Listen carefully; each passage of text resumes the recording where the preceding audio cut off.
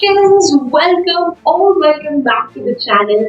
My name is Ocean and I am an English educator on the platform of Unacademy.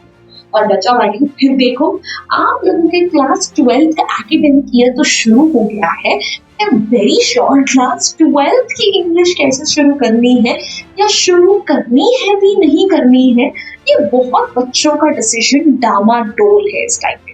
क्योंकि class 12 में आकर physics भी important है, history भी important है। अगर आप कॉमर्स या ह्यूमैनिटीज वाले हो तो आपके इकोनॉमिक्स इम्पोर्टेंट है, आपके हिस्ट्री ज्योग्राफी इम्पोर्टेंट है, but English that comes at the end of your priority list. I know it. I was also once a science student. Don't lie to me. But मतलब उसकी वजह से मुझे बहुत बड़ा हर्षाना भरना पड़ा था. I scored the lowest marks in English, but I don't want any of my students to face the same. इसीलिए मैं आज आपके लिए कुछ ऐसी मास्टर टिप्स लेकर आई हूँ जिनको डेफिनेटली आपको अपनी इंग्लिश की प्रिपरेशन में जरूर शामिल करना है, ताकि आपको इंग्लिश में 90+ लाने से कोई ना रोक सके। तो देरी किस बात की है जल्दी जल्दी जाइए, ठीक है। उसी मैम को फॉलो करना स्टार्ट कर दिया अकेडमी में। इस वीडियो को लाइक करिए, चैनल को सब्सक्राइब कर दीजिए। कर दिया है तो let's get started with the video right away. Now ये देखिए, moving on, first tip of the day, revise the topics which is very common with class 11. भाई देखो आप क्लास 11 से क्लास 12 में से but yes there are certain topics जो class 11 बल्कि क्लास 10th के साथ भी कॉमन थे, और अगर आप उन टॉपिक्स को अभी से ही अच्छे से कर लोगे तो आपको पूरे साल एटलीस्ट उनकी टेंशन लेने की बात नहीं है। जैसे कि क्लास 11th में जो आपका रीडिंग सेक्शन था, यू हैव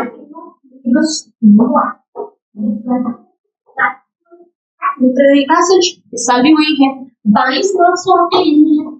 22 मार्क्स की प्रिपरेशन तो अगर आप लोगों ने क्लास 11 में अच्छे से पढ़ा था रीडिंग सेक्शन को तो वही हो गई। नहीं हुई है तो अभी भी टाइम नहीं गया है, आप अभी से अपने अनसीन पैसेजेस की प्रैक्टिस रेगुलर बेसिस पे करो।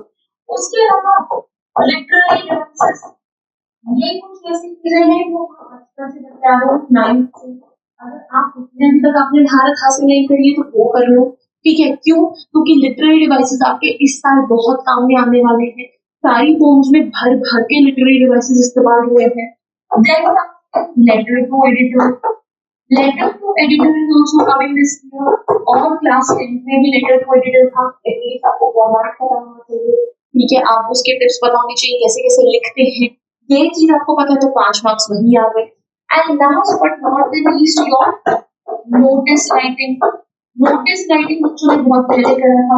नोटिस राइटिंग में कुछ बदलाव नहीं आया है, वही फॉर्मेट है, वही क्वेश्चंस आते हैं। नोटिस राइटिंग की प्रिपरेशन कर लो। अगर आप इन चीजों को अच्छे से प्रिपेयर करोगे ना, आपके 30 नंबर कहीं नहीं गए। इमेजिन 80 में से 30 मार्क्स की प्रिपरेशन को आप ब्रिज कोर्स में कर सकते हो। हमारा क्लास 12 का ब्रिज कोर्स ऑलरेडी चालू हो चुका है, ठीक है, बल्कि खत्म होने वाला है। तो प्लीज इससे पहले कि वो खत्म हो जाए उस ब्रिज कोर्स में एनरोल कर लो खुद को। मेरे क्लास 12 के बैचेस चल रहे हैं, you can be a part of all of them. उसके बाद आगे अगर हम बढ़े, identify your weak and strong points. बहुत सारे बच्चे जब वो अपनी इंग्लिश की प्रिपरेशन करने बैठते हैं उन्हें पता ही नहीं है कि वो किसमें अच्छे हैं किसमें अच्छे नहीं है। There are so many students, ठीक है, जिनको रीडिंग सेक्शन स्ट्रांग है बट लिटरेचर सेक्शन में वो थोड़े से खुश हो जाते हैं, या लिटरेचर सेक्शन में भी कुछ बच्चे पोएट्रीज में अच्छा करते हैं, पोएम्स में नहीं करते। राइटिंग सेक्शन में कुछ बच्चों को शॉर्ट राइटिंग टास्क अच्छे से आते हैं, लॉन्ग राइटिंग टास्क नहीं आते। अब ये सारी चीजें जो है ये आपके टीचर आपके लिए नहीं कर सकती, ये खुद आपको ही करना पड़ेगा खुद के साथ बैठ। You will have to sit down with yourself. You will have to see कि इनमें से कौन सी चीजें हैं, कौन से एस्पेक्ट्स हैं जिनमें मेरा हाथ बहुत ज्यादा अच्छा है और जिनमें मेरा हाथ अच्छा नहीं।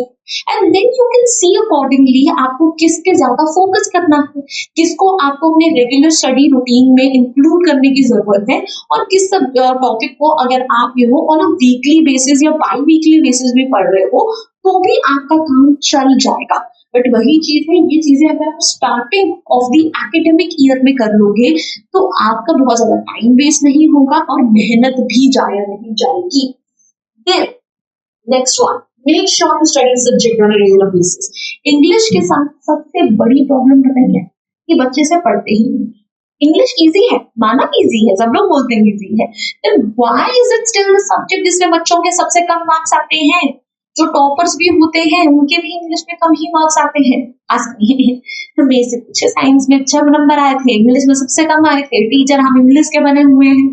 So भाई English is an easy subject, but then it is also a practice-oriented subject like your numericals, like your math. So you have to put it into regular practice.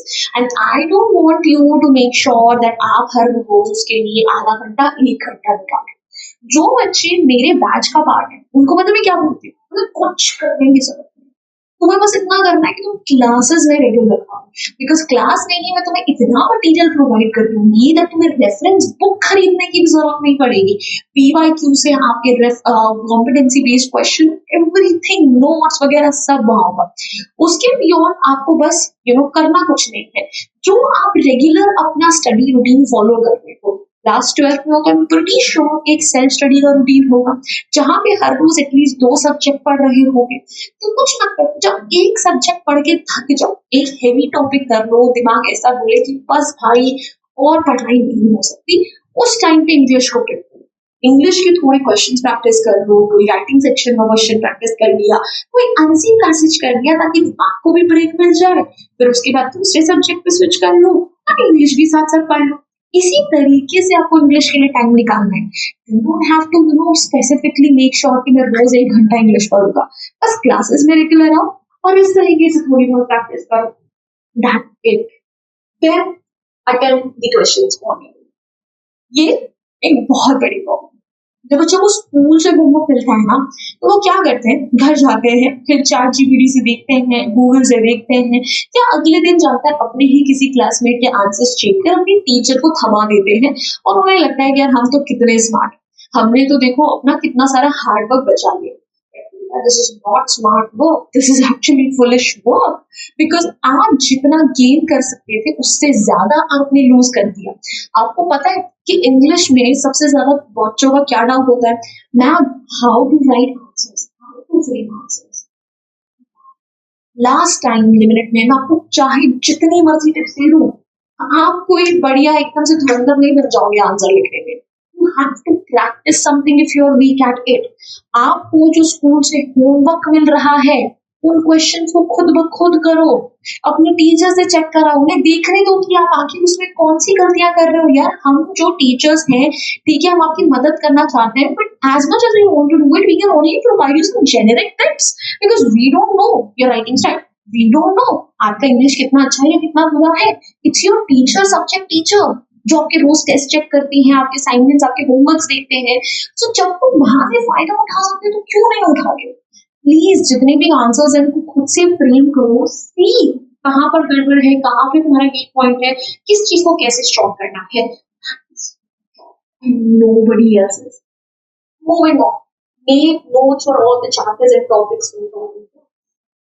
Please, teacher बोलती है ना, इसका मतलब ये है, लिखो, notes बनाओ, हर subject के नोट्स बनाते हो, हर सब्जेक्ट की अलग से कॉपी बनाते हो। इंग्लिश की क्यों नहीं? हाँ, इंग्लिश के साथ इतना भेदभाव क्यों आज मैं जानना चाहती हूँ। आई वांट टू नो भाई, जस्टिस फॉर इंग्लिश। यार हम इंग्लिश और इंग्लिश टीचर्स को ऐसे इग्नोर कर जाते हैं, हाँ इनको कौन बात करता है, क्यों बाबा। देखो इंग्लिश का syllabus is very vast. On top of it, the biggest problem is that NCERT only covers your literature portion. वो भी completely नहीं, क्योंकि बुक्स में जो लिटरेरी डिवाइसेस है, सिंबोलिज्म है, उसका आंसर तो कहीं लिखा ही नहीं है एनसीईआरटी में। So you need to have your notes ready. जब प्री बोर्ड्स होंगे उस टाइम पे नोट्स इतने हैंडी आते हैं ना, बिकॉज़ तब आपको पन्ने पलटने की जरूरत नहीं है, तब आपको दूसरी रेफरेंसेस बुक देखने की जरूरत नहीं है। एंड जो बच्चे मेरे बैच का पार्ट है उनको तो नोट्स के लिए टेंशन ही नहीं लेनी है, उनको बस क्लास में आना है, क्लास के बाद वो नोट्स ऑटोमेटिकली डाउनलोड करें, चाहे पीडीएफ फॉर्म में रखें, चाहे उसको आप प्रिंट करके अपने पास रख लो, the choice is on yours. तो बच्चों प्लीज जहां मर्जी से नोट्स बनाओ, पर नोट्स बनाओ ये आपको लास्ट में बहुत ज्यादा हेल्प करेगा। That's all from my end. अब I hope आपके दिमाग में, बुद्धि में कुछ चीजें नहीं होंगी, अगर गई हैं तो प्लीज ओशन आपको अकेडमी का फॉलो कर लो। हमारे बैचेस ऑलरेडी लॉन्च हो चुके हैं. English mode of communication both included. OP054 लगाओगे तो मैक्सिमम डिस्काउंट भी मिल जाएगा. So please don't miss out on it. And yes, that's all from my end. Now I really hope you enjoyed this video, you found it helpful. If you did, hit the like button, share it with your friends, and do not forget to subscribe to the channel if you still haven't. I'll see you next time. Until then, bye bye. Hasta la vista. फिर मिलेंगे. Bye bye.